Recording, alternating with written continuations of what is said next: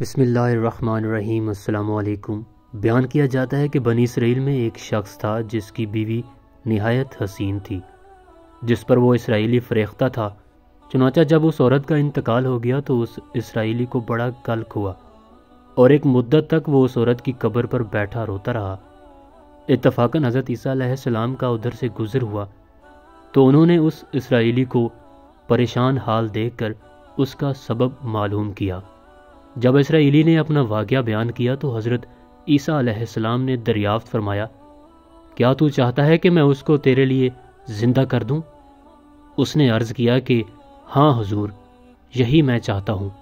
چنانچہ جب حضرت عیسیٰ علیہ السلام نے اس قبر کے مردہ کو آواز دی تو قبر سے ایک حبشی غلام، جس کے ناک کے نتنوں، آنکھوں اور جسم کے دوسرے سوراخوں سے آگ کی لپیٹیں اٹھ رہی تھیں، حضرت عیسیٰ علیہ السلام کو دیکھتے ہی غلام نے کلمہ پڑھا کہ لا الہ الا اللہ عیسیٰ روح اللہ۔ اسرائیلی نے یہ دیکھ کر عرض کیا، حضور مجھ سے غلطی ہو گئی، میری بیوی کی قبر تو دوسری ہے۔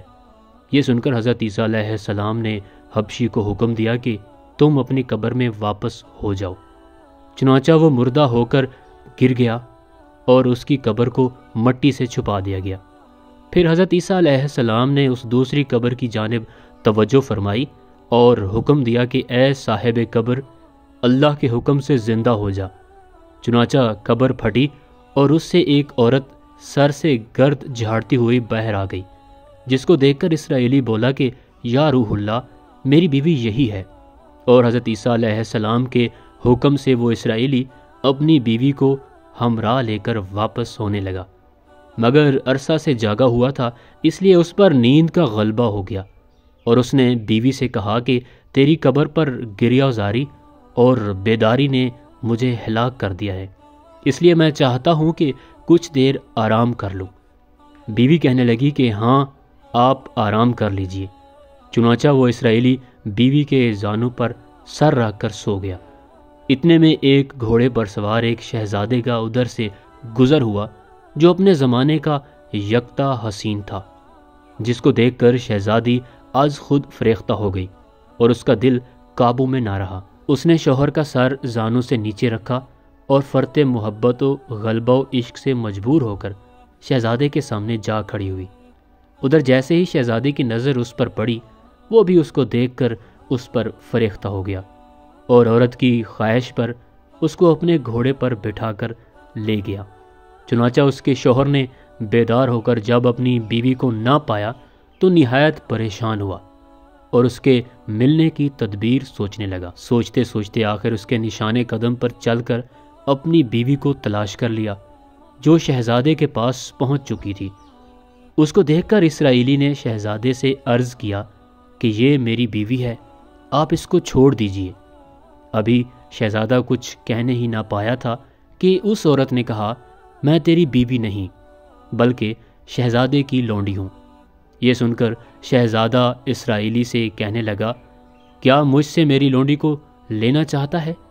اس نے کہا، خدا کی قسم یہ میری بیوی ہے، جس کو میرے سردار حضرت عیسیٰ علیہ السلام نے مرنے کے بعد میرے لیے زندہ کیا ہے۔